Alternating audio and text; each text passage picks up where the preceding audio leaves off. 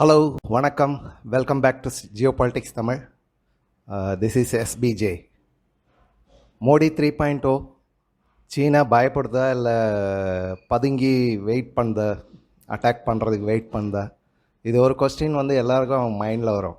இந்த கொஸ்டின் ஏன் வருதுன்னாக்க simple reason. 2024 எலெக்ஷனில் சைனாவோட இன்டர்ஃபியரன்ஸ் பார்த்திங்கன்னா வெரி நெக்லிஜிபிள். இங்கே அங்கே கொஞ்சம் கொஞ்சம் இருந்திருக்கலாம் maybe, but very negligible comparing to US and western countries interference. நம்ம எலெக்ஷனில் நேரேட்டிவ்ஸ் எல்லாம் அவங்க செட் பண்ணாங்க இல்லைங்களா, அது கூட கம்பேர் பண்ணும்போது சைனா ரொம்ப சைலண்ட்டாக இருக்கிற மாதிரி ஒரு ஃபீல். நிஜமாக அது சைலண்ட்டாக இருந்ததா இல்லையா? அது பர்டிகுலரில் அந்த ஆல்ட் நியூஸ் அது மேலே ஆக்ஷன் எடுத்ததுக்கப்புறமா ரொம்பவே சைனா சைட்லேருந்து ரொம்ப கம்மியாயிருச்சு நேரேட்டிவ்ஸ் எல்லாம். இந்த எலெக்ஷனில் நீங்கள் பார்த்துருந்தீங்கன்னா சைனா சைட்லேருந்து அதிகமாக நம்ம மேலே அட்டாக் ஆகலை. இதோட ரீசன் என்ன அதை பற்றி யோசிச்சுட்டு இருக்கும்போது ஒரு செமினார் ஒன்று அட்டன் பண்ணேன். அந்த செமினாரில் பேசின ஒரு லேடி அதுக்கு எல்லாத்துக்கும் ஆன்சர் பண்ணாங்க. அதாவது டெஃப்டாக்ஸ் கான்வர்சேஷன் ஒன்று நடந்தது. அந்த கான்வர்சேஷனில் அட்டன் பண்ணப்போ ஃபுல்லாக எங்களுக்கு என்னோடய மைண்டில் நிறைய கொஷின்ஸ்க்கு சொல்யூஷன்ஸ் அதாவது ஆன்சர்ஸ் கிடைச்சிது. அந்த ஆன்சர்ஸ் நான் என்னோடய ஸ்டைலில் என்னோடய மைண்டில் என்ன இருக்கிறதுன்றது சொல்கிறதுக்காக தான் இந்த ஒரு வீடியோ. மேபி இதில் உங்கள் வியூ வேறு இருக்கலாம், பட் நீங்களும் யோசித்து பாருங்கள். மேபி அவங்க சொல்கிறது கரெக்டாக இருக்கலாம், மேபி கரெக்டாக இல்லை தப்பான்றதை நீங்கள் டிசைட் பண்ணிங்க. ஸோ ஃபஸ்ட்டு நான் அந்த லேடியை பற்றி கொஞ்சம் இன்ட்ரொடக்ஷன் கொடுத்துறேன். நான் doctor Geeta Kochar, PhD, JNU யூனிவர்சிட்டியில் ப்ரொஃபஸராக இருக்காங்க, centre for Chinese and South East Asian ஸ்டடீஸில். இவங்க ரொம்ப வெல் நோன் பர்சன். நிறைய ரிசர்ச் பேப்பர்ஸ் எல்லாம் ரிலீஸ் பண்ணியிருக்காங்க. பேசிக்கலாக இவங்களோட சப்ஜெக்ட் சைனாவை பற்றி ஸ்டடி பண்ணுறது தான். Even she learned Chinese language and then spend lot of time in Chinese universities. 2015 ஒரு முறை அவார்டு வாங்கியிருக்காங்க. Comparative study on Chinese and Indian அர்பனைசேஷன்ற ஒரு ப்ராஜெக்ட், அது பற்றியான ஒரு ரிசர்ச் பேப்பருக்கு பெரிய ஒரு அவார்டு கிடைச்சிது.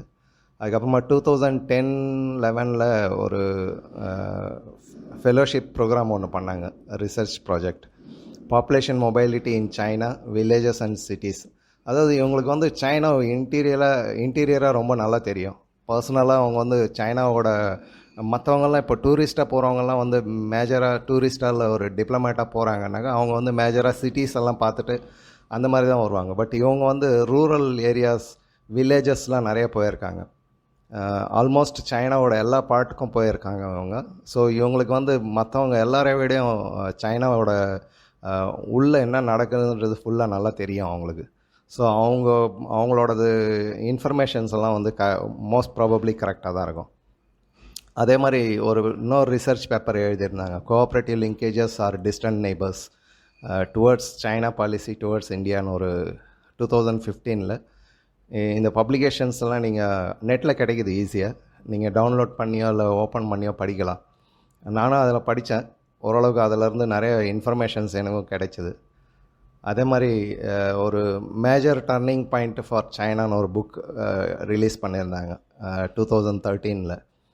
அதே மாதிரி குளோபலைசேஷன் அண்ட் சைனீஸ் அர்பனைசேஷன், அந்த பாப்புலேஷன் மைக்ரேண்ட் ஆகுது இல்லைங்களா, வில்லேஜஸ்லேருந்து சிட்டிஸில் சைனாவில் எப்படி ஆகுது குளோபலைசேஷன் ஆனதுக்கப்புறமா, அது ஒரு பெரிய ஒரு 3 வால்யூமாக ஒரு புக்கு, ரொம்ப ஃபேமஸான புக்கு. ஈவன் சைனீஸ் கூட நிறையா அதை ரெஃபர் பண்ணுவாங்க. அந்த மாதிரி ஒரு புக் ஒன்று ரிலீஸ் பண்ணியிருந்தாங்க. அதே மாதிரி India, Nepal, China interplay of trilateral ரிலேஷன்ஷிப்னு ஒரு மேகசைனில் ஒரு ஆர்டிக்கல், ரொம்ப ஃபெமிலியரான ஆர்டிக்கல். இது நீங்கள் ஆன்லைனில் பார்க்கலாம். அது ஒரு ஃபேமஸான ஆர்டிக்கல். அந்த பேசிஸில் தான் இந்தியன் கவர்மெண்ட் கூட நிறைய இவங்ககிட்ட இருந்து இன்ஃபர்மேஷன்ஸ்லாம் எடுக்கிறாங்கன்னு சொல்லுவாங்க. அது இன்னொன்று redefining China's urban social welfare system. அங்கே எப்படி சோஷியல் வெல்ஃபேர் சிஸ்டம் எப்படி ஃபங்க்ஷன் ஆகுது, மார்க்கெட்ஸ் எப்படி ரெஸ்பாண்ட் பண்ணுது, மைக்ரன்ஸ்க்கு என்னென்ன இஷ்யூ இருக்குது, இதெல்லாம் பற்றி ஒரு இன்டர்நேஷ்னல் ஜேர்னலில் ஒரு பப்ளிஷ் பண்ணாங்க ரிப்போர்ட் 2010. அதுவும் ரொம்ப வேர்ல்டு வைடு ரொம்ப அக்னாலேஜ் பண்ண ஒரு ரிப்போர்ட். ஸோ இந்த மாதிரி ரொம்ப சைனாவை பற்றி அதிகமாக தெரிஞ்ச ஒரு ஐ மீன் எக்ஸ்பர்ட்டுன்னு சொல்லலாம் நம்ம. இவங்க ஜேஎன்யூவில் இப்போது சைனீஸ் நான் சொன்ன மாதிரி ப்ரொஃபஸராக இருக்காங்க. அவங்க சைனீஸ் ஸ்டடீஸில் சைனீஸ் சவுத் ஈஸ்டியன் ஆல்மோஸ்ட் இந்த சவுத் ஈஸ்ட் ஏஷியாவில் இருக்கிற எல்லா கண்ட்ரீஸை பற்றி இவங்க நிறைய ரிசர்ச் எல்லாம் பண்ணியிருக்காங்க. ஸோ நீங்கள் ஆன்லைனில் போய் தேடி பார்த்தீங்கன்னா இதெல்லாம் கிடைக்கும். ஈவன் ஜேஎன்யூ யூனிவர்சிட்டியோட பப்ளிகேஷன்ஸ்லேயும் இதெல்லாம் கிடைக்கும். ஸோ அவங்க சொன்னதுலேருந்து என்னால் முடிஞ்ச அளவுக்கு உங்களுக்கு சொல்கிறதுக்கு ட்ரை பண்ணுறேன். அவங்க அளவுக்கு நான் எக்ஸ்பர்ட் இல்லை. ஸோ கொஞ்சம் கொஞ்சம் நீங்கள் முடிஞ்ச அந்த டெஃப்டாக்ஸ் அந்த கான்வர்சேஷன் பாருங்கள். நான் லிங்க் வந்து கமெண்ட்டில் போடுறேன். நான் ஒரு கண்ட்ரியை பற்றி தெரிஞ்சுக்கணுன்னா அந்த கண்ட்ரியோட ஸ்ட்ரக்சர் ஐ மீன் அட்மினிஸ்ட்ரேஷன் ஸ்ட்ரக்சர், அவங்களோட கல்ச்சர், ஹிஸ்ட்ரி கொஞ்சம் தெரிஞ்சுக்கிட்டோன்னா அந்த கண்ட்ரியை பற்றி ஒரு அசஸ் பண்ணுறதுக்கான ஒரு நமக்கு ஒரு கைடன்ஸ் மாதிரி அதெல்லாம் ஹெல்ப் பண்ணும் அது. ஸோ சைனா வந்து கம்யூனிஸ்ட் பார்ட்டி ரூல் பண்ணுறாங்கன்னு தெரியும். One party rules. ஸோ நான் அதிகமாக பேக் சைட் பின்னாடி போயிட்டு நிறைய விஷயம்லாம் சொல்கிறதுக்கு விரும்பல. இல்லை ஜஸ்ட் ஒரு கிளான்ஸ் மாதிரி பார்ப்போம். ஏன்னா அதெல்லாம் ரொம்ப பெருசான விஷயம்.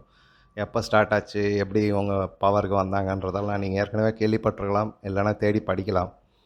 ஸோ சைனீஸ் பார்ட்டி வந்து 90 மில்லியன் மெம்பர்ஸ், அதாவது அங்கே இருக்கிற ஆல்மோஸ்ட் அடல்ட்ஸ் எல்லாருமே வந்து கம்பல்சரி மெம்பர்ஸ் அதில் மேஜராக. அதுக்கப்புறமா அந்த 90 மில்லியன்லேருந்து ஒரு பார்ட்டி காங்கிரஸ்னு ஒன்று செலக்ட் பண்ணுவாங்க, ஒரு 2000 மெம்பர்ஸ், 2300 எக்ஸாக்ட்லி. இது வந்து அப் அண்ட் டவுன் ஆகிட்டே இருக்கும். எவ்ரி 5 இயர்ஸ் வந்து இந்த மெம்பர்ஸ் எல்லாம் வந்து டெலிகேட்ஸாக செலக்ட் பண்ணுவாங்க. ஸோ அந்த 2300 இப்போ இருக்கிறது ரீசண்ட் ரிப்போர்ட். ஆவரேஜ் மோர் தென் 2000 எப்போவுமே இருக்கும். அதே மாதிரி சென்ட்ரல் கமிட்டி ஒன்று ஃபார்ம் ஆகும். அந்த சென்ட்ரல் கமிட்டியும் வந்து அரௌண்டு 400க்கு ப்ளஸ் மைனஸில் இருக்கும். எவ்ரி 5 இயர்ஸ் இதுவும் ஃபார்ம் ஆகும். So at this moment 180 members இருக்காங்க அதில். ஒரு சிலர் வந்து அரெஸ்ட் ஆகிருக்காங்க, ஒரு சிலர் டெத் ஆகிருச்சு, ஒரு சிலர் சஸ்பெக்டபிள் டெத்து ஜெயிலில் இருக்கிறாங்க. அந்த மாதிரிலாம் ஒரு 25 மெம்பர்ஸ்க்கு பிரச்சனை இருக்கிறதுனால 180 இருக்காங்க இப்போதைக்கு. சாரி 380 மெம்பர்ஸ் இருக்காங்க சென்ட்ரல் கமிட்டியில். இந்த சென்ட்ரல் கமிட்டி வந்து அரௌண்ட் 400 இருக்கும் இல்லைங்களா. அதுலேருந்து பொலிட் பீரோன்னு ஒரு செலெக்ஷன் ஆகும். 25 மெம்பர்ஸ் அதில் மெயின் மெம்பர்ஸ் இருப்பாங்க. இந்த 25ல் இப்போ இருக்கிறது வந்து 24 மெம்பர்ஸ். ஒருத்தர் வந்து அரெஸ்ட் ஆகிருக்காரு. நீங்கள் கேள்விப்பட்டிருப்பீங்க, ரீசெண்டாக ஒரு ஆர்மி மேன் ஒருத்தர் வந்து அரெஸ்ட் பண்ணாங்க. சரி, அந்த டீட்டெயில்ஸ்க்கெல்லாம் அதிகமாக போகல நான். ஸோ அந்த 25 மெம்பர்ஸ்லேருந்து மறுபடியும் ஒரு 7 மெம்பர்ஸ் ஸ்டாண்டிங் கமிட்டியாக, பொலிட் பீரோ ஸ்டாண்டிங் கமிட்டின்ற லெவலில் செலக்ட் பண்ணுவாங்க. அந்த 7 மெம்பர்ஸ்லேருந்து ஒருத்தர் வந்து ஜென்ரல் செக்ரட்டரியாக செலக்ட் பண்ணுவாங்க. ஸோ இந்த ஸ்டெப் பை ஸ்டெப் எல்லா ப்ரொசீஜரும் முடியும் போது பிரசிடென்ட் ஜின்பிங் இப்போதைக்கு ஜென்ரல் செக்ரட்டரியாக இருக்கார். யூஸ்வலாக ஜென்ரல் செக்ரட்டரி யாரோ அவர் தான் வந்து பிரசிடெண்ட்டாக இருப்பார், கண்ட்ரியை ரூல் பண்ணுறது. மற்றவங்கெல்லாம் வந்து அவரோட கைட்ஸ் மாதிரி ஆக்ட் பண்ணுவாங்க. அந்த மாதிரி அந்த பொலிட் பீரோவில் இருக்கிறவங்கெல்லாம் வந்து ஒரு முக்கியமான பொலிட் பீரோ சென்ட்ரல் கமிட்டியில் இருக்கிறவங்க, பார்ட்டி காங்கிரஸில் இருக்கிறவங்கெல்லாம் வந்து அந்த ரீஜனலாக வேறு பொசிஷனில் வந்து அவங்கெல்லாம் ஆக்ட் பண்ணிகிட்ருப்பாங்க. ஸோ இந்த மாதிரி ஒரு செட்டப் தான் Chinese communist party. One party system. China இப்படி தான் ரூல் பண்ணிகிட்ருக்காங்க. ஸோ ஜென்ரல் செக்ரட்டரிக்கு வந்து எக்ஸ்ட்ரீம் பவர்ஸ் இருக்குது. பட் ஸ்டில் அவருக்கு வந்து அந்த பொலிட் பீரோ ஸ்டாண்டிங் கமிட்டி ப்ளஸ் பொலிட் பீரோ அவங்கக்கிட்டேருந்து சில விஷயங்களில் பர்மிஷன் வாங்கி தான் ஆகணும். அந்த மாதிரி ஒரு செட்டப் அது. But sometimes he can I mean அவரோட ஜியோட பவரை வச்சு அவர் நிறைய டைம் அதெல்லாம் ஓவர்லேப் பண்ணி அவருக்கு ஏற்ற மாதிரி டெசிஷன்ஸை மாற்றுவார். ஸோ இந்த மாதிரி ஒரு செட்டப்பில் சைனா கவர்மெண்ட் வந்து ஆக்டிவாக இருக்குது. இது நான் ஏற்கனவே சொன்னது தான். அந்த சென்ட்ரல் பொலிட் பீரோட 24 மெம்பர்ஸ் இருக்காங்க. ஒருத்தர் வந்து அரெஸ்ட் ஆகிருக்காரு. ஸோ அந்த 24 மெம்பர்ஸ் உங்களோட பார்வைக்காக இதில் வந்து பேரெல்லாம் வந்து ரொம்ப கஷ்டம். ஒருத்தர் பேர் ப்ரொனவுன்ஸ் பண்ணுறது வந்து நான் இங்கிலீஷில் கூட ட்ரை பண்ணி பார்த்தேன்.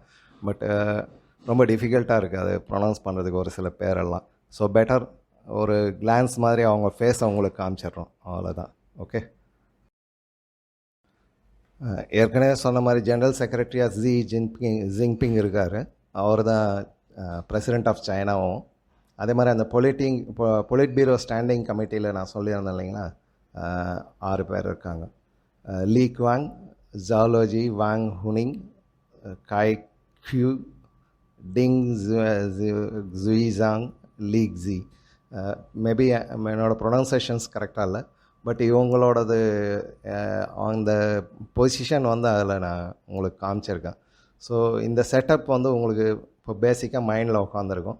இந்த செட்டப்பை பற்றி தெரிஞ்சுக்கிட்டிங்கன்னா ஓரளவுக்கு டெசிஷன் மேக்கிங்லாம் வந்துட்டு ஜி மூலமாக தான் வெளியே வரும், பட் இன்டைரக்டாக they can influence the decisions. அதுதான் வந்து மெயின் இம்பார்ட்டண்ட்டான ஒரு விஷயம். அது நம்ம புரிஞ்சுக்கிறது நல்லது.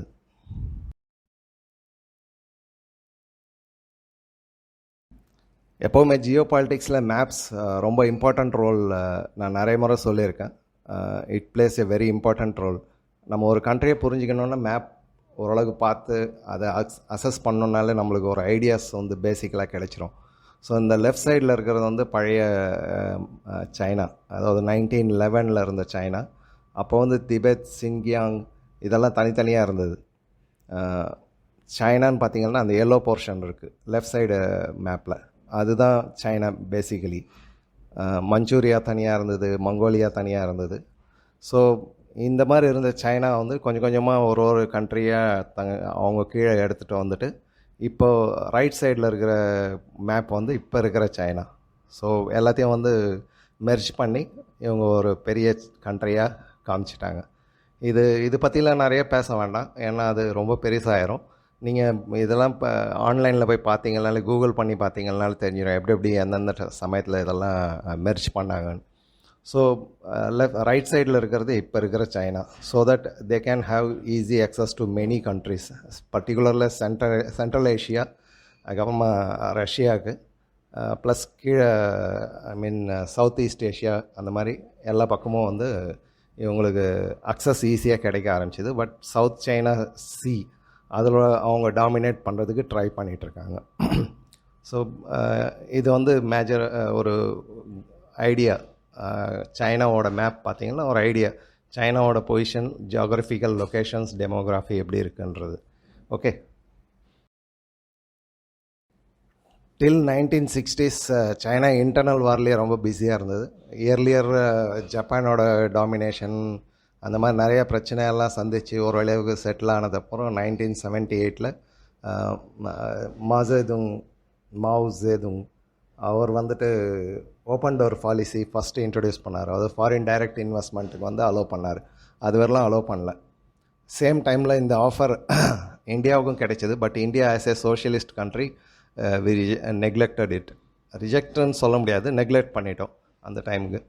ஸோ சைனா அந்த ஆப்பர்ச்சுனிட்டியை கரெக்டாக யூட்டிலைஸ் பண்ணி பெரிய அளவில் இன்வெஸ்ட்மெண்ட்டெல்லாம் அவங்களுக்கு கிடைச்சிடுச்சு. பட் இன்வெஸ்ட்மெண்ட்டுன்னு பார்த்தீங்கன்னா சைனாவுக்கு யார் இன்வெஸ்ட் பண்ணாங்கன்னாக்கா ஹாங்காங், பிரிட்டிஷ் விர்ஜீனியா ஐலாண்ட்ஸ், இதெல்லாம் ஒரு சின்ன சின்ன கண்ட்ரிஸ். இங்கேருந்து எப்படி வரும்னாக்கா டீப் ஸ்டேட் இங்கே வந்து அவங்களோட ஆஃபீஸை வச்சுருப்பாங்க. ஸோ அங்கேருந்து அவங்களோட இன்வெஸ்ட்மெண்ட்ஸ் எல்லாம் சைனாவுக்கு ரூட் பண்ணாங்க.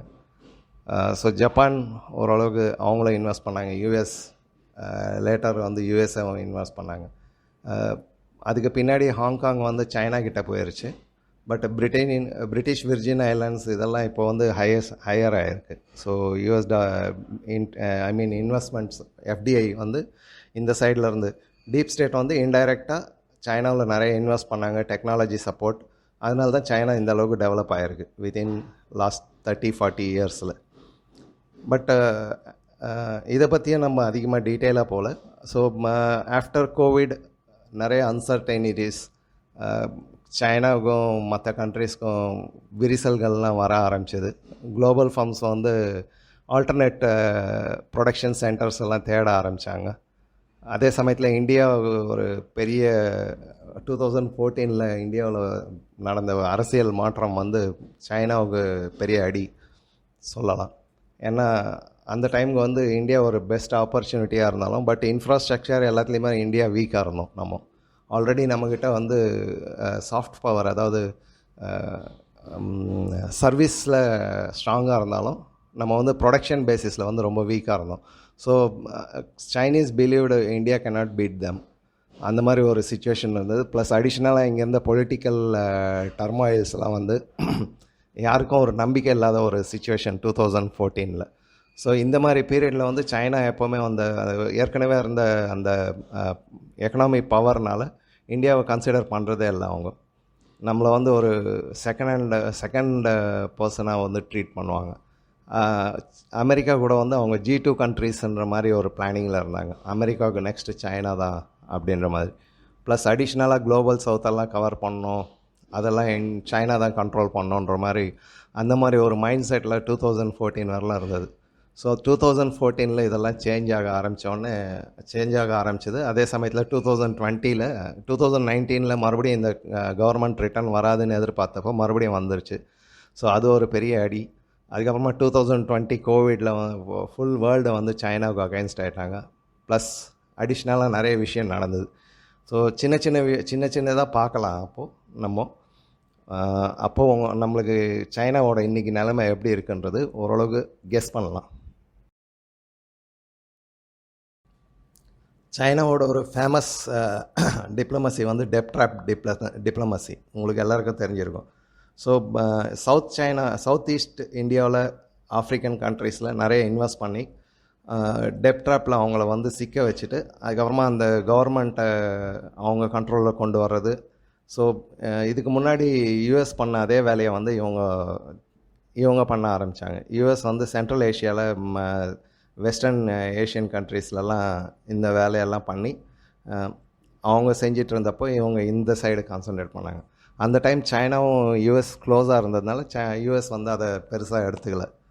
ப்ளஸ் அடிஷ்னலாக டீப் ஸ்டேட்ஸ் இன்வெஸ்ட்மெண்ட்ஸ் எல்லாம் சைனாவில் இருந்ததுனால அவங்க செய்கிறதெல்லாம் யாரும் கண்டுக்காமல் இருந்தாங்க. இந்த பேசிக்கில் தான் இவங்க ஒரு கண்ட்ரியாக அந்த தைபத் அதெல்லாம் இவங்களோட சேர்த்துட்டது. ஸோ வேர்ல்டு லெவலில் எந்த ரெசிஸ்டன்ஸும் வரல. அது ஆக்சுவலாக வந்திருக்கணும். அந்த டைமுக்கு வந்திருந்தால் இன்றைக்கி இந்தளவுக்கு பிரச்சனை ஆகிருக்காது. பட் அந்த டைமுக்கு அவங்க வந்து லூஸாக விட்டாங்க சைனாவுக்கு. So Sri Lanka, Burma, Myanmar, Maldives, African countries, even including Australia, அந்த மாதிரி இந்தோனேஷியா எல்லா பக்கமும் அவங்க இன்வெஸ்ட் பண்ணி அவங்கள டெப்ட் ட்ராப்பில் மாட்ட வச்சு அவங்க கண்ட்ரோலில் கொண்டு வர ஆரம்பித்தாங்க. அது 2020 அப்புறமா அது உல்ட்டாயிருச்சு. அதாவது இவங்க எல்லாமே ப்ரொட்டஸ்ட் சைனாவுக்கு அகைன்ஸ்டாக போக ஆரம்பிச்சிட்டாங்க. ஸோ சைனா இந்த ஒரு விஷயத்தில் பெரிய அளவில் இன்வெஸ்ட் பண்ணி கிட்டத்தட்ட ஒரு 150 பில்லியன்ஸ் 200 பில்லியன் டாலர்ஸ். ஸோ அதை வந்து பெரிய அளவில் அங்கங்கே மாட்டி இப்போ அதாவது அவங்களுக்கு ரிட்டர்ன்ஸ் கிடைக்குமா ஒரு கன்ஃபியூஷனில் இருக்குது. ஸோ சைனா இந்த ஒரு இடத்துல ரொம்ப வீக் ஆயிடுச்சு. அவங்க போட்ட பிளான் எல்லாம் வந்து அந்தளவுக்கு சக்ஸஸ்ஃபுல்லாக ஆகலைன்றது ஒரு மெயின் இம்பார்ட்டண்ட்டான விஷயம். அடுத்து ரெகுலராக நான் சொல்கிற அந்த ட்ரேட் ரூட்ஸ், சைனாவோட ட்ரேட் ரூட்ஸ் வந்து பேசிக்கலாக சவுத் சைனாவிலேருந்து இந்தியன் ஓஷன் வழியாக வெஸ்டர்ன் கண்ட்ரீஸ்க்கெல்லாம் போகிறது. இன்னொன்று வந்து பசிபிக் ரூட்டில் எந்த நேரமும் யூஎஸ் பிளாக் பண்ணோன்றதுனால இந்த ரூட்ஸில் நிறைய கண்ட்ரீஸ் இருக்கிறதுனால சப்ளை செயின் இந்த சைட்லேருந்து அதிகமாக டிபெண்ட் ஆகியிருந்தாங்க. ஸோ அவங்க அதை ஆல்டர்னேட்டாக belt and road initiative BRI நீங்கள் கேள்விப்பட்டிருப்பீங்க. அந்த மாதிரி பங்களாதேஷ், மியான்மர் வழியாக இந்தியன் ஓஷன் அச்சீவ் பண்ணுறது, ஸ்ரீலங்கா மூலமா, மால்தீவ்ஸ் மூலமாக, அதுக்கப்புறமா பாகிஸ்தானில் அந்த மாதிரி இன்வெஸ்ட் பண்ணி ஒரு டைமுக்கு வந்துட்டு நிறைய ஒரு ஒரு 40-30% மேலே இன்வெஸ்ட் பண்ணதுக்கப்புறமா எல்லா ப்ராஜெக்ட்ஸும் வந்து ஒரு ஹால்ட் ஆக ஆரம்பிச்சிச்சு. அவங்க நினச்ச டார்கெட்டும் முடியல, பட் ப்ராஜெக்டும் சரியாக முடியல. இதுக்கு நடுவில் சப்போஸ் ஃபார் எக்ஸாம்பிள் நம்ம பலுச்சிஸ்தான் பார்த்திங்கன்னா சடனாக வந்து சைனாவுக்கு அகைன்ஸ்டாக போக ஆரம்பித்தாங்க அங்கே இருக்கிற லோக்கல் பப்ளிக்ஸ். அதே மாதிரி POJKல பங்களாதேஷில் சைனாவுக்கு அகைன்ஸ்டாக போயிருக்காங்க. மியான்மரில் அவங்களது பேக் ஃபுட்டில் இருக்காங்க. மியான்மரில் அவங்களது சக்ஸஸ் ஆகலை ப்ராஜெக்ட். ஸ்ரீலங்காலேயும் ஃபெயிலியர், மால்தீவ்ஸ்லேயும் ஆல்மோஸ்ட் ஃபெயிலியர்னு தான் சொல்லலாம். அவங்க இப்போது ரீசெண்டாக அதெல்லாம் நீங்கள் கேள்விப்பட்டிருப்பீங்க. ஸோ அங்கேயும் ஃபெயிலியர், இந்த மாதிரி ஃபெயிலியர்ஸ் வந்து அதிகமாக ஆரம்பிச்சிது.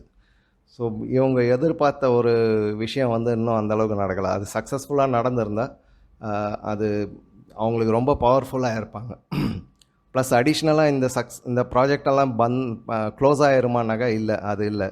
ஏன்னா யாராலையும் வந்து இந்தளவுக்கு இன்வெஸ்ட் பண்ணவும் முடியாது, ரிஸ்க் எடுக்கவும் முடியாதுன்றதுனால. ஃபார் எக்ஸாம்பிள் ஜப்பான் எல்லாருமே இந்த ரூட்டெல்லாம் யூஸ் பண்ணுவாங்க பின்னாடி. சவுதி அரேபியா இல்லை அரேபியன் கண்ட்ரிஸோ, ஈரான் ஈவன் இந்தியா கூட யூஸ் பண்ணுறதுக்கு சான்சஸ் இருக்குது. ஸோ யாரும் இந்த அளவுக்கு ரிஸ்க் எடுத்து இன்வெஸ்ட் பண்ணுறதுக்கு இல்லைன்றதுனால மேபி இந்த ப்ராஜெக்ட்ஸ் வேறு மாதிரி ஒரு டெசிஷனில் வேறு டைரெக்ஷனில் போகலாமே தவிர, பட் டோட்டலாக க்ளோஸ் ஆகும்னு சொல்ல முடியாது. இப்போ தெரியல ஃப்யூச்சர் எப்படி இருக்கும்னு, but I expect it won't be dropped. So இந்த ப்ராஜெக்ட் ஃபெயிலியர் ஆனது சைனாவோட எக்கனாமியை வந்து ரொம்ப பாதிச்சிடுச்சு. இந்த மாதிரி எக்கனாமி டவுன் ஆகிற அந்த சமயத்தில் இந்தியாவை வந்து ஏற்கனவே அவங்க வந்து மைண்ட் செட்டை நம்ம இந்தியாவை வந்து ரெஸ்பெக்ட் பண்ணுறதில்ல. அப்பப்போ நம்ம கூட பார்டர்ஸில் கிளாஷ் பண்ணுறது. அதுக்கு பர்டிகுலர் ரீசன் வந்து பிஆர்ஐ அவங்க சக்ஸஸ்ஃபுல்லாக பண்ணோன்னா இந்த லடாக்லேருந்து அந்த பிஓஜேகே வரலாம் இருக்க அந்த பார்டர்ஸில் வந்து அவங்களோட டாமினேஷன் வேணுன்றதுக்காக அடிக்கடி அங்கே பிரச்சனை பண்ணுறது. அதே மாதிரி அருணாச்சல் சைடில் பிரச்சனை பண்ணுறது. மியான்மர் வழியாக நார்த் ஈஸ்ட் கண்ட்ரி இந்தியாவில் நிறைய பிரச்சனை பண்ணுறது. பங்களாதேஷை கிளறி விடுறது. ஒன்றா எல்லாமே ஃபெயிலர் ஆகிட்டே போச்சு. இந்தியாவோட டிப்ளமசி வந்து அந்தளவுக்கு ஸ்ட்ராங்காக 2014 அப்புறம் சேஞ்ச் ஆகி எல்லாத்துலேயுமே அவங்களுக்கு ஃபெயிலர் ஆகிட்டே போயிருக்கு. ஸோ இந்த இதனால் வந்து ரொம்ப உள்ளே வந்து, அதாவது நான் சொல்லியிருந்தேன் இல்லைங்களா, அந்த அட்மினிஸ்ட்ரேஷனில் அந்த பொலிட் பீரோ மெம்பர்ஸ் அவங்கெல்லாம் வந்து உள்ளுக்குள்ளே பேச ஆரம்பிச்சிட்டாங்க. மேபி நம்மளோட பாலிசிஸ் எல்லாம் ராங்கோ, தப்போ, அந்த மாதிரி ஒரு பேச்சு வர ஆரம்பிச்சிது. இவர் எடுக்கிற டெசிஷன்ஸ் கரெக்டாக, நம்ம இந்தியா கூடலாம் முட்டிக்கணுமா, அந்த மாதிரியெல்லாம் பேச ஆரம்பிச்சிட்டாங்க. ஈவன் அந்த குளோபல் டைம்ஸ் எல்லாம் கூட சின்ன சின்ன ஆர்டிகல்ஸ் எல்லாம் வரும். பட் நிறைய வந்து சைனாவில் உள்ளுக்குள்ளே நடக்கிறது வந்து வெளியே தெரியாமல் தான் இருக்கும். பட் இந்த லேடியை வந்து அவங்க உள்ள அக்சஸ் நிறையா இருக்குது. ஸோ அவங்க டாக்டர் கீதா வந்து நிறையா சொல்கிறாங்க. அதாவது நிறைய விஷயம் சொன்னாங்க. உள்ளே எப்படி எப்படி சர்க்குலேட் ஆகுது, சைனா ஜியோட ஃபெயிலியர்ஸ் பற்றி ஓப்பனாகவே பேச ஆரம்பிச்சிட்டாங்க. அந்த மாதிரி ஈவன் அந்த ஒரு பிரிக்ஸ் மீட்டிங் சவுத் ஆஃப்ரிக்கா முடிஞ்சிட்டு வந்ததுக்கப்புறமா வரும்போது அவர் டைரெக்டாக வந்து போயிட்டு அங்கே ஃப்ளைட்டில் போயிட்டு அவர் கேபிட்டலில் இறங்கலை. அவர் வேறு ஒரு ஸ்டேட்டில் இறங்கி அங்கேருந்து பை ட்ரெயின் போனார். அதாவது ஒரு பயம் இருந்தது, அந்த அவருக்கு டார்கெட் பண்ணுறாங்களோன்ற ஒரு பயம். ப்ளஸ் அடிஷ்னலாக அந்த சப்மரின் ஒன்று காணாமல் போனது, அதுக்கப்புறமா அது ஆக்சிடெண்ட் இல்லை இப்படி அப்படின்னு அது ஒரு குழப்பம். ப்ளஸ் அடிஷ்னலாக ஒரு 20-25 பொலிட்டிக்கல் மெம்பர்ஸ் திடீர்னு காணாமல் போகிறது, அரெஸ்ட் ஆகிறது, இதெல்லாம் வந்து உள்ளுக்குள்ளே ரொம்ப பெரிய அளவில் எதிர்ப்பு நடந்துட்டுருக்கு. ப்ளஸ் அடிஷ்னலாக எக்கனாமிக்கலாக டவுன் ஆகிட்டே போகிறதுனால உள்ளே வந்து பப்ளிக் கிட்ட வந்து பைசா இல்லை. ஸோ ரியல் எஸ்டேட் ஒரு பக்கம் விழுந்து இப்போ ஜாப்லெஸ்னஸ் இன்க்ரீஸ் ஆகிட்டே போகிறது. ஸோ பப்ளிக்லேயும் வந்து ஒரு வெறுப்பு. பட் இருந்தாலும் அங்கே அந்த அந்த சைனாவை பொறுத்தவரையிலும் ஒரு மிலிட்ரி ரூல் மாதிரி. ஸோ அங்கே பெரிய அளவில் எதுவும் எதிர்ப்பு வரலனாலும் உள்ளுக்குள்ளே எல்லாமே புகஞ்சிட்டே இருக்குது.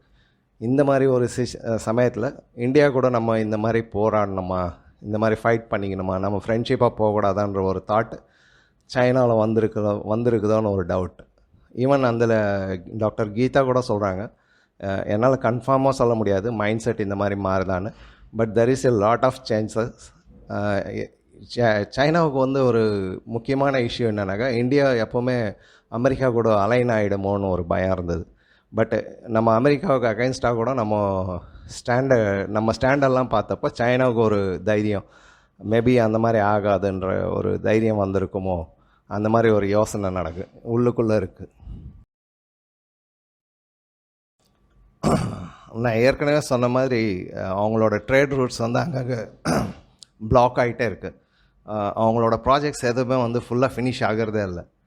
ரெண்டாவது வந்து எந்த ஒரு கண்ட்ரியும் வந்து நீங்கள் ரொம்ப நாள் டாமினேட் பண்ணி வச்சுருக்க முடியாது உங்கள் கண்ட்ரோலில். எல்லா இடத்துலையும் வந்து ஒரு 2-3 பொலிட்டிக்கல் பார்ட்டி இருக்கும். ஒரு பார்ட்டி உங்களுக்கு ஒருத்தருக்கு சப்போர்ட் பண்ணுறாங்கன்னா இன்னொரு பார்ட்டி கண்டிப்பாக இன்னொருத்தருக்கு சப்போர்ட் பண்ணுவாங்க.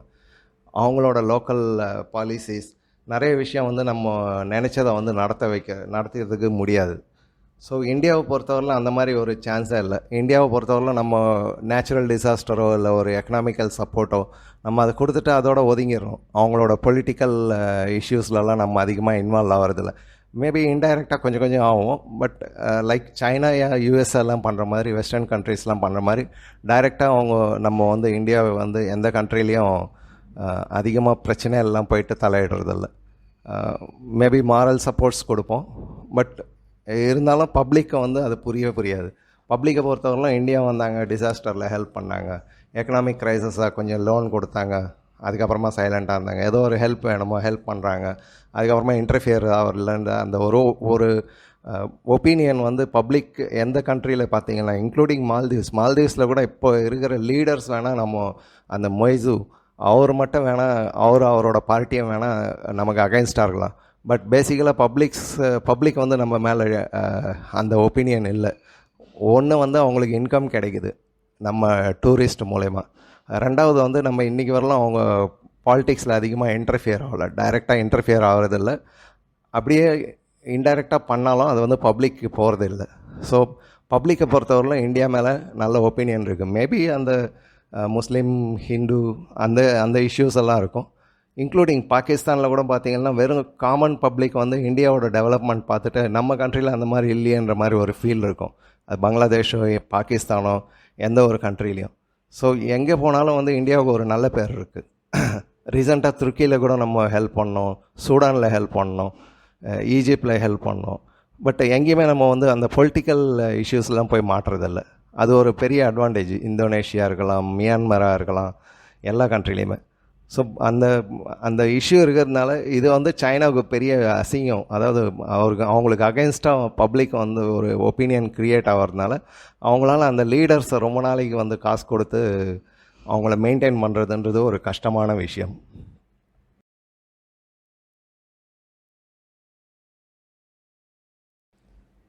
அதே மாதிரி இன்ஸ்டிடியூஷன்ஸ் லைக் பிரிக்ஸ், G20, பிரிக்ஸை எடுத்தீங்கன்னா சைனா ஒரு 2014 முன்னாடி சைனா தான் லீடர், மற்றவங்கெல்லாம் அவர் கீழே அசிஸ்டண்ட் மாதிரி இருப்பாங்க.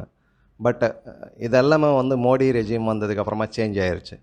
கொஞ்சம் கொஞ்சமாக சேஞ்ச் ஆகி சைனா வந்து பேக் சீட் போகிற மாதிரியான ஒரு சுச்சுவேஷன் க்ரியேட் ஆகிருக்கு. லாஸ்ட்டு சவுத் ஆஃப்ரிக்காவில் நடந்த அந்த பிரிக்ஸ் சம்மிட்டில் நீங்கள் பார்த்துருப்பீங்க 2023. அந்த டைமுக்கு வந்து ஜி வரலனாலும் பரவாயில்ல, மோடி வந்தால் போதுன்ற மாதிரி ஒரு சுச்சுவேஷன். ஸோ அந்த டைமுக்கு வேறு வழி இல்லாமல் ஜியும் வந்துட்டு அங்கே ஈவன் மீடியா ப்ரீஃபிங் கூட கொடுக்கல அவர். அந்த மாதிரி ஒரு பேக் சீட்டில் போகிற மாதிரியான ஒரு சுச்சுவேஷன் இப்போ க்ரியேட் ஆகிருக்கு.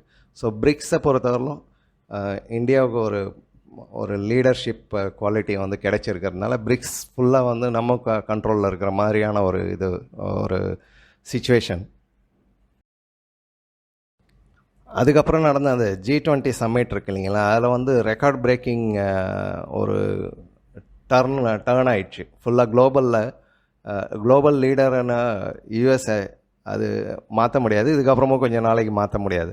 பட் ஒரு ரெஸ்பெக்ட்னு பார்த்திங்கன்னா இந்தியாவுக்கு கிடைச்ச ஒரு ரெஸ்பெக்ட் வந்து எந்த லீடர்ஸ்க்கும் கிடைக்கல. எல்லா கண்ட்ரியும் வந்து அக்செப்ட் பண்ணிட்டாங்க. இந்தியாவோட லீடர்ஷிப்பில் G20 பெரிய அளவில் ஒரு சாதனைகள் பல செஞ்சது. ரெண்டாவது வந்து இந்தியாவை ஃபோக்கஸ் பண்ணி இந்தியாவை நல்ல அந்த எல்லா கண்ட்ரி லீடர்ஸ்க்கு மைண்ட்லேயும் வந்து உட்கார வச்சுட்டார் அவர். இந்தியா இஸ் டிஃப்ரெண்ட் கண்ட்ரி அப்படின்ற ஒரு சுச்சுவேஷன். ப்ளஸ் அடிஷ்னலாக எப்போவுமே டெல்லியில் நடக்கிற இந்த G20 சம்மிட்டை வந்து பூரா இந்தியா ஃபுல்லாக ஒரு ஸ்டேட்லேயும் ஆல்மோஸ்ட் எல்லா ஸ்டேட்லேயும் அந்த சம்மிட்ஸ் சின்ன பார்ட்டெல்லாம் நடத்தி ஒரு டூரிஸ்ட் அட்ராக்ஷன் ப்ளஸ் அடிஷ்னலாக இந்தியாவோட கல்ச்சர், லைஃப் ஸ்டைல் எல்லாத்தையும் வந்து மொத்த கண்ட்ரீஸ்க்கும் வந்து புரிய வச்சுருக்காங்க. இது ஒரு பெரிய சக்ஸஸ். இதுலேயும் வந்து சைனா பேக் சீட்டில் போயிடுச்சு. ஸோ இந்த பிரிக்ஸு சம்மிட்டு G20 சம்மிட்டோட எஃபெக்ட் வந்து குளோபல் சவுத்தில் நமக்கு பெரிய அளவில் சப்போர்ட் கிடைச்சிடுச்சு. ஒரு டைமில் யூஎஸ்ஏக்கு அப்புறம் வேர்ல்டில் பவர்ஃபுல் கண்ட்ரி எதுனா சைனா. ஸோ குளோபல் சவுத் என்னோட கண்ட்ரோல்லன்ற ஒரு சுச்சுவேஷனை அவங்க க்ரியேட் பண்ணுறதுக்காக தான் அந்த டெப்ட் trap policy, BRI, belt road initiatives அதெல்லாம் நிறையா பண்ணி அவங்க இன்வெஸ்ட் பண்ணாங்களே தவிர அவங்க அதை ப்ராப்பர்லி செய்யலை, சிஸ்டமேட்டிக்காக செய்யலை. ப்ளஸ் அடிஷ்னலாக அவங்களோட அந்த லேண்டை டாமினேட் பண்ணுற அந்த இன்டென்ஷன் வந்து பப்ளிக்கு புரிய ஆரம்பிச்சப்போ குளோபல் சவுத் ஃபுல்லாக வந்து இந்தியா பின்னாடி வர ஆரம்பிச்சிச்சு. ஸோ இந்த குளோபல் சவுத் லீடர்னு இன்றைக்கி பார்த்திங்கன்னா இந்தியா தான். ஸோ நம்ம எது சொன்னாலும் ஓரளவுக்கு நம்ம என்னென்ன பண்ணுறோன்றது, பர்டிகுலராக இந்த 2024 எலெக்ஷன்ஸில் தே ஆர் வாட்சிங் அஸ். நம்ம எப்படி டஃப் ஃபைட் கொடுக்குறோம், நமக்கு அகெயின்ஸ்டான நெரேட்டிவ்ஸ்க்கு நடுவில் இவர் வின் பண்ணி வருவார்ன்றது எல்லாருக்கும் தெரிஞ்சது இது. ஆனால் எப்படி வின் பண்ணுவார், எந்த அளவுக்கு சீட்ஸ் வரும், இப்போது எனக்கும் தெரியாது எவ்வளோ சீட்ஸ் வரும்னு. பட் அகர் சப்போஸ் இன்கேஸ் 350 ப்ளஸில் போயிட்டாலே ஒரு பெரிய சக்ஸஸ்ஃபுல் தான். அந்த சக்ஸஸ்ஃபுல் வந்து டீப் ஸ்டேட் ப்ளஸ் யூஎஸ்ஏக்கு வெஸ்டர்ன் கண்ட்ரிஸ் அந்த மைண்ட் செட்கெல்லாம் பர்டிகுலராக மீடியா, வெஸ்டர்ன் மீடியா வந்து ரொம்ப அட்டாக் பண்ணியிருக்காங்க நம்ம மேலே. ஸோ அவங்கள எப்படி நம்ம எதிர்கொள்கிறோன்றது சவுத், குளோபல் சவுத் வந்து ஃபுல்லாக மானிட்டர் பண்ணிகிட்டே இருக்காங்க, வாட்ச் பண்ணிகிட்டே இருக்காங்க. இது எல்லாமே வந்து பின்னாடி அந்த ஒரு சின்ன கண்ட்ரியும் வந்து இவங்களுக்கு அகைன்ஸ்டாக போகிறதுக்கான நிறைய சான்சஸ் இருக்குது. So as on today global south learning from us and we are leading them. So இப்படிப்பட்ட எல்லா பிரச்சனைகளுக்கும் நடுவில் கம்யூனிஸ்ட் மெம்பர்ஸ் அவங்க கண்ட்ரிக்குள்ளே இந்தியாவோட டெவலப்மெண்ட்ஸ், டிஜிட்டல் டெவலப்மெண்ட் எல்லா விஷயத்தையும் அவங்க பார்க்குறாங்க. அவங்க வந்து காமன் பப்ளிக் வந்து எல்லாத்தையும் மறைக்கலாம், பட் அங்கே இருக்கிற லீடர்ஸ்க்கெல்லாம் மறைக்க முடியாது. ஸோ அவங்க அந்த சேஞ்சஸ் எல்லாம் பார்க்குறாங்க, இந்தியாவோட அட்டிடியூடு பார்க்குறாங்க, அதனால் அவங்களுக்கு ஏற்படுற லாஸஸை பார்க்குறாங்க. ஸோ அவங்களுக்குள்ளேயும் அந்த பேச்சு நடக்க ஆரம்பிச்சிச்சு. ஜியோட இந்த இந்தியாவுக்கு அகைன்ஸ்டான மைண்ட் செட்டு சரிப்படாது அப்படின்ற மாதிரி ஒரு பேச்சு. ஸோ அதோட ரிசல்ட்டு தான் இந்த 2024 அதிகமாக இன்டர்ஃபியர் ஆகலை. வெஸ்டர்ன் கண்ட்ரீஸ்லாம் இன்டர்ஃபியர் பண்ணாங்க, நெரேட்டிவ்ஸ்லாம் க்ரியேட் பண்ணாங்க. But China remained silent. அதுக்கான முக்கியமான ஒரு ரீசன் சைனாவோட மைண்ட் செட் மாறுதா. பட் வெயிட் ஜியோ பாலிட்டிக்ஸில் யாரையுமே நம்பக்கூடாது. யாருமே ஃப்ரெண்டு கிடையாது, யாருமே எனிமி கிடையாது.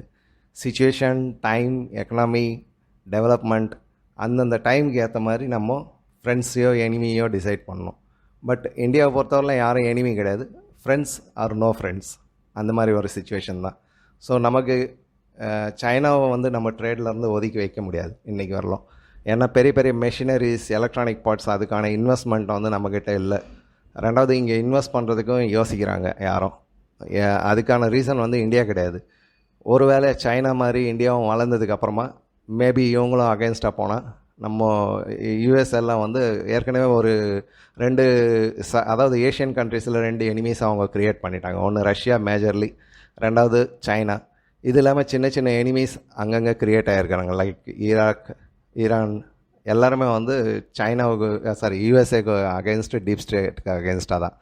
பட் ஸ்டில் அவங்க மேனேஜ் பண்ணிகிட்ருக்காங்க. ஸோ இந்தியாவும் டெவலப் ஆயிடுச்சுன்னா ஒன் மோர் எனிமி அவங்க க்ரியேட் பண்ண மாதிரி, அதாவது பவர் அவங்களா கொடுத்த மாதிரி.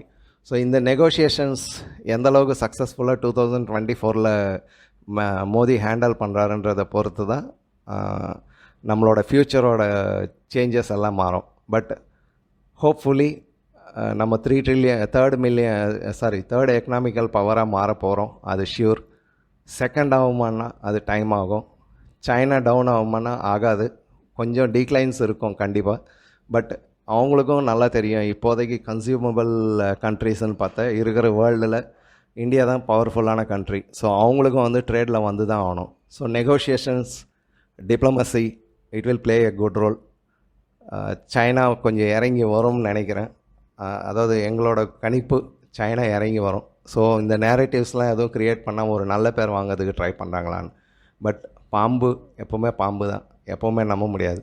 அது நம்ம வீட்டில் வளர்த்தாலும் நம்மளை கடிக்கிறதுக்கு சான்ஸ் இருக்குது. ஸோ அந்த விஷயத்தில் வந்து மோடி டீம் வந்து ரொம்ப ஸ்ட்ராங்காக இருப்பாங்க. சைனாவோட கொஞ்சம் சேஞ்சஸ் எல்லாம், ஆட்டிடியூட் சேஞ்சஸ் எல்லாமே மாறும். அதே மாதிரி இங்கே இருக்கிற அப்போசிஷன்ஸ் பற்றி அவங்களுக்கு நல்லா தெரிஞ்சிடுச்சு. நோபடி இஸ் யூஸ்ஃபுல், யாருமே லாயக் இல்லாத ஆளுங்க. ப்ளஸ் இங்கே இருக்கிற கம்யூனிஸ்ட்டை அவங்க மதிக்கிறதே கிடையாது. ஆல்ரெடி இங்கே இருக்கிற கம்யூனிஸ்ட்டை அமெரிக்கன் கேபிட்டலிஸ்ட்டோட அடிமையாயிட்டாங்க, காசுக்காக எதுவும் பண்ணுறவங்க. ஸோ ரஷ்யாவோ இல்லை சைனாவோ வந்து கம்யூனிஸ்ட்டுக்கு எந்த சப்போர்ட் பண்ண போகிறதும் இல்லை. ப்ளஸ் நக்ஸலைட்ஸ் ஆல்மோஸ்ட் வைப் அவுட் ஸ்டேஜில் இருக்குது. இப்போதைக்கு கொஞ்சம் கொஞ்சம் தப்பிச்சு இருக்கிறது வந்து இந்த என்ன சொல்லுவாங்க, நகர்ப்புற நக்ஸலைட்ஸ். அவங்களுக்கும் அடுத்த டேர்மில் 2 டேர்மில் மிச்ச டார்கெட்லாம் முடிஞ்சுது. 3rd டேர்மில் வந்துட்டு இந்த அர்பன் நக்ஸல்ஸ் இவங்கள கரெக்டான ஹேண்டில் பண்ணிட்டாருனாக்க சைனாவோட இந்த உள்ள இன்டர்ஃபியர் ஆகிற மேட்ரை வந்து ஆல்மோஸ்ட் முடிஞ்சிடும். அடுத்து வெஸ்டர்ன் கண்ட்ரீஸ்க்கு அது ஒரு மேபி இன்னும் ஒரு டேர்ம் ஆகும்னு நினைக்கிறேன். இந்த டேர்மில் ஓரளவுக்கு ஒரு மீடியேஷன் லெவலில் உட்காருவாங்க. நெக்ஸ்ட் டேர்மில் வந்து ஒரு ஃப்ரெண்ட்ஷிப், அதாவது இன்வெஸ்ட்மெண்ட்ஸ் எல்லாம் அதிகமாகிறதுக்கான ஒரு சான்சஸ் வரும். இதுதான் எங்களோட டிஸ்கஷனில் நாங்கள் புரிஞ்சுக்கிட்டது. பட் ஜியோ பாலிட்டிக்ஸில் எப்போவுமே யாரையுமே நம்ப முடியாது. நம்ம இன்ட்ரெஸ்ட், நம்ம கண்ட்ரியோட இன்ட்ரெஸ்ட்டு, அதுக்கு மெயின் ரீசன் நம்ம கண்ட்ரியோட பீப்புள் எந்த அளவுக்கு சப்போர்ட் பண்ணுறாங்க ஒரு கவர்மெண்ட்டுக்கு. எஸ், எலெக்ஷன் அப்போ நீங்கள் அடிச்சிங்க பிடிச்சிங்க, பட் ஒன்ஸ் கவர்மெண்ட் ஃபார்ம் பண்ணோடனே அவங்க எடுக்கிற டெசிஷன்ஸில் வந்து நம்ம சப்போர்ட்டிவாக இருக்கணும். அங்கே குறையெல்லாம் இருந்தால் சொல்கிறது தப்பு இல்லை, பட் அகென்ஸ்டாக இருக்க வேண்டியதில்லை. ஒரு இண்டிவிஜுவல் மேனோ இல்லை இண்டிவிஜுவல் பார்ட்டியோ வந்து கண்ட்ரி வந்து அவங்க மேலே டிபெண்ட் இல்லை. End of the day it is people of India, Bharat தான் நம்ம நேஷன் தான் நம்மளுக்கு இம்பார்ட்டண்ட். ஸோ அதுக்காக எந்த ஒரு நல்ல டெசிஷன்ஸ் எடுத்தாலும் சப்போர்ட் பண்ணி இது பண்ணுவோம். ப்ரொட்டஸ்ட்டுக்கெல்லாம் அகென்ஸ்டாக இருப்போம். அந்த மாதிரி ப்ரொட்டஸ்ட் பண்ணுறவங்கள நல்லா மானிட்டர் பண்ணுங்கள். இவங்க எல்லாருமே வந்து காசுக்காக செய்கிறவங்க தான். யாருமே வந்து இன்றைக்கி லெவலில் சோஷியல் இல்லை பீப்புள் வெல்ஃபேருக்காக பண்ணுறவங்கலாம் கிடையாது. அதெல்லாம் முடிஞ்ச காலம். இப்போ ப்ரொட்டஸ்ட் பண்ணுறதெல்லாம் காசுக்காக தான். அவங்களுக்கு காசு வேணும், எதையாவது இங்கே கன்ஃபியூஷனை க்ரியேட் பண்ணணும், அது மூலம் அவங்களுக்கு காசு கொடுக்குறவங்களுக்கு குஷி பண்ணணும். So conclusion, China India friendship அந்த ஒரு லைன் வந்து கொஞ்சம் முன்ன பின்ன தள்ளி போட்டு இம்ப்ரூவ் ஆகிறதுக்கான அதிகமான சான்சஸ் தெரியுது. இதை யூஎஸ்ஏ எப்படி எதிர்கொள்ள போகிறாங்கன்றது தெரியல. அவங்களுக்கு அது பிடிக்காது. மேபி ரஷ்யா, சைனா, இந்தியா சேர்ந்தால் அவங்களுக்கு ஏஷியன் கண்ட்ரீஸில் ரொம்ப பிரச்சனையாகும். ஸோ அவங்க என்ன பண்ண போகிறாங்க, let us wait and watch. இதுவரையிலும் நீங்கள் என்னோடய இன்ஃபர்மேஷன்ஸ் உங்களுக்கு பிடிச்சிருக்கோன்னு நினைக்கிறேன். பிடிச்சிருந்தால் சின்னதாக ஒரு லைக் போடுங்களேன். சும்மா அந்த பட்டனை ஒரு முறை அமுத்திட்டு போயிடுங்க. இவ்வளோ கேட்டிங்க, இவ்வளோ நேரம் வெயிட் பண்ணிங்க, ஒரு பட்டன் அமுத்துறதுக்கு எவ்வளோ நேரம் ஆகிடும் sir? Just a like. Thank you very much. Bye bye. Jai Hind.